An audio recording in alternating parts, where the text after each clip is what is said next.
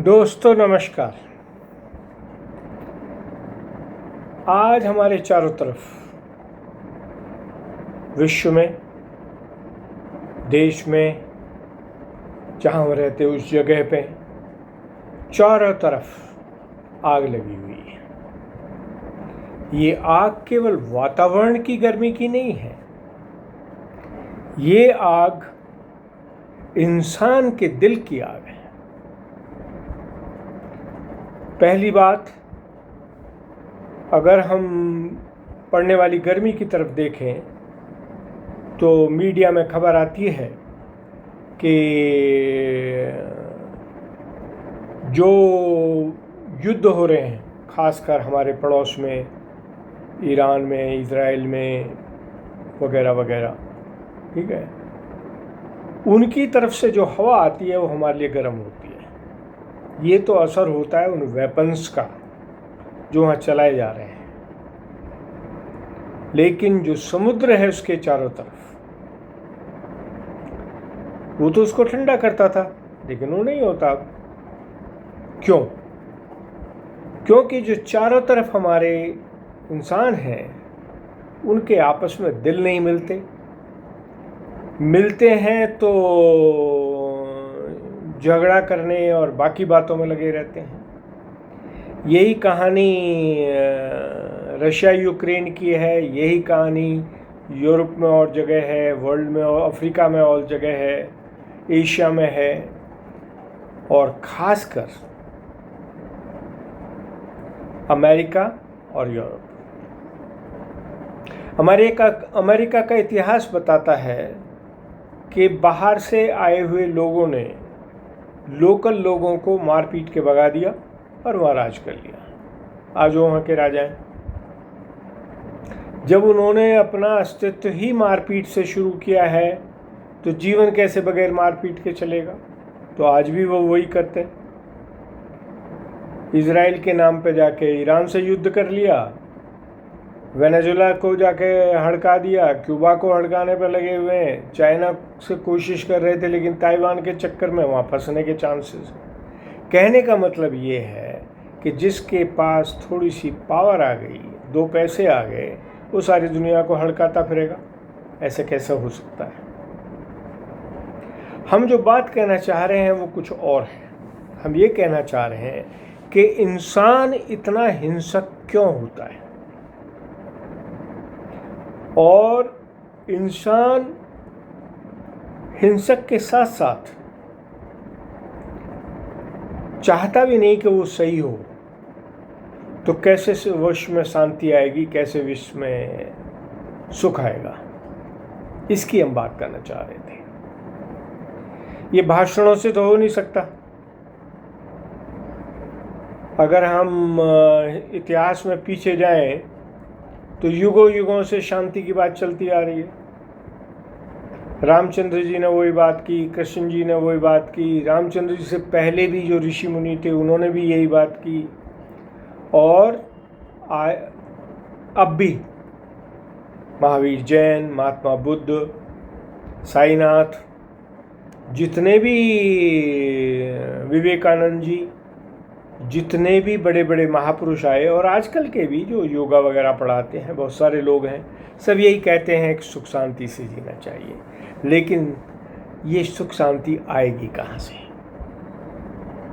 हमें इसके लिए खुद के अंदर झांक के देखना चाहिए। भारत, ऐसा नहीं है कि भारत में युद्ध नहीं हुए, ऐसा नहीं कि भारत में कलह नहीं थी, भारत में झगड़े नहीं होते थे। जो विश्व में आज होता है वो भारत में भी होता था, पहले भी होता था और अब भी हो रहा है। लेकिन भारत सारे विश्व से एक बात में अलग है। भारत में आज भी सुख शांति की बात करने वाले लोग हैं।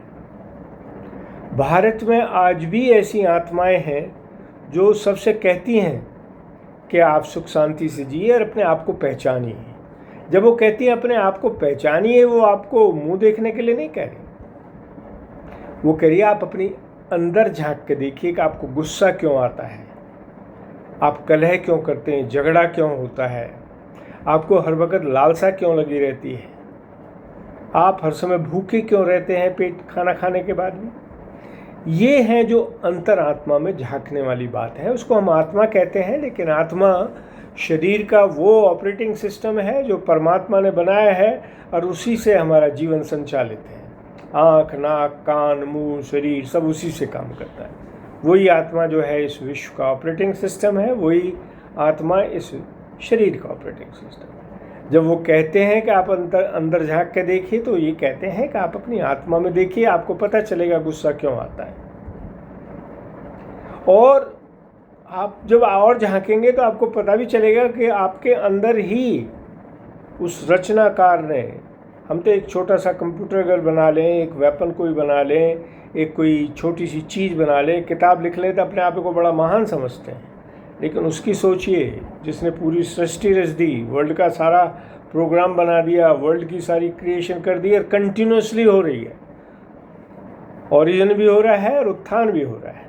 उस परमात्मा की शक्ति देखिए आप क्या होगी। और उसने हमारे अंदर ये भी इंतज़ाम करके रख दिया है कि हमें गुस्सा भी आएगा, हमें कामना भी तंग करेगी, हमें वासना भी तंग करेगी, हमें लालच भी तंग करेगा, हमें जेलसी भी होगी, हमें क्रोध भी आएगा और हम एक दूसरे से चिपके भी रहेंगे। लेकिन फिर भी हमारे अंदर उसने वो बीज डाल दिया कि अगर हम उसकी तरफ देख लें तो हमें एक सुखमय जीवन मिल जाता है। आपको गलत चीज़ से एडजस्ट करने की ज़रूरत नहीं पड़ती। आपको गलत और सही का फ़र्क महसूस होता है, जिससे आप गलत को छोड़ के सही के रास्ते पर चल सकते हैं। आप गलत को सही कर सकते हैं अगर सही होने लायक है, नहीं है तो ख़त्म होगा अपने आप ही। इसी तरह से बाकी हमारी इच्छाएं हैं, वासनाएं हैं, धारणाएं हैं, जिनसे झगड़े होते हैं, चाहे वो प्रॉपर्टी के ऊपर हो, चाहे पैसे के ऊपर हो। अब शिक्षा को देख लीजिए, शिक्षा का मेन उद्देश्य था एक अच्छा इंसान बनाना। हम सब स्कूलों से निकल के आए हैं, गांवों से या शहरों से निकल के आए हैं, कॉलेजों से निकल के आए हैं, यूनिवर्सिटीज़ से आए।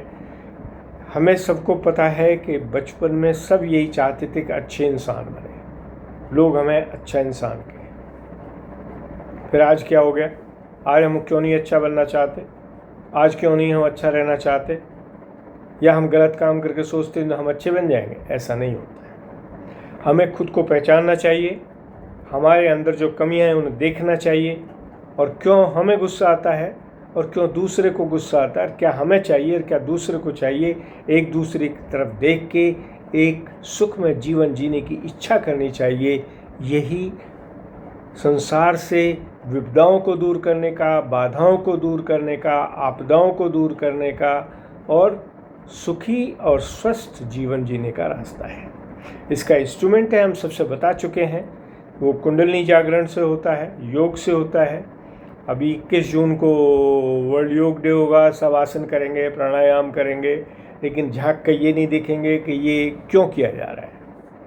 हमें देखना चाहिए ध्यान समाधि की तरफ, धारणा ध्यान समाधि की तरफ।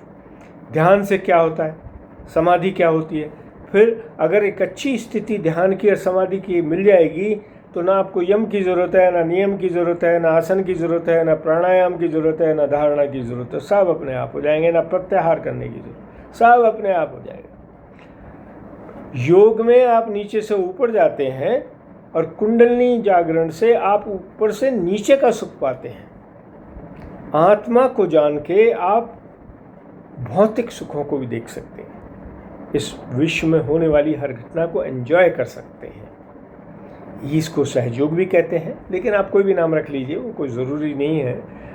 अगर आपको सहयोग अच्छा नहीं लगता तो कुछ और देख लीजिए, लेकिन मुझे तो नहीं लगता सहयोग से बेटर कोई वर्ड है, क्योंकि यही आज का महायोग है। लेकिन मेरी आपसे एक अपील है कि आप खुद को पहचानिए, अपनी कमियों को और अपनी स्ट्रेंथ्स को देखिए, जिसको स्वॉट एनालिसिस कहते थे।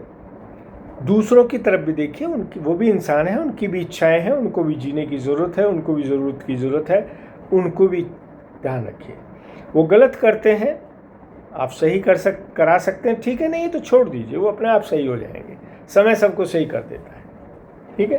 तो अपने आप को पहचानिए, अपने अंदर झांक के देखिए, जो जानते हैं उनसे पूछिए कुंडलिनी क्या है, कैसे जागरण होता है, सहयोग क्या है, योग क्या है, और उसमें जो आपको ठीक लगे उसको समझ के आप उसको फॉलो कीजिए। लेकिन ये भारत की देन है, यही आदर्श आधुनिक भारत है। इसको आप समझ जाएंगे तो आप विश्व को नया रास्ता दिखा सकते हैं। जय हिंद, जय Bharat. God bless all. Thank you.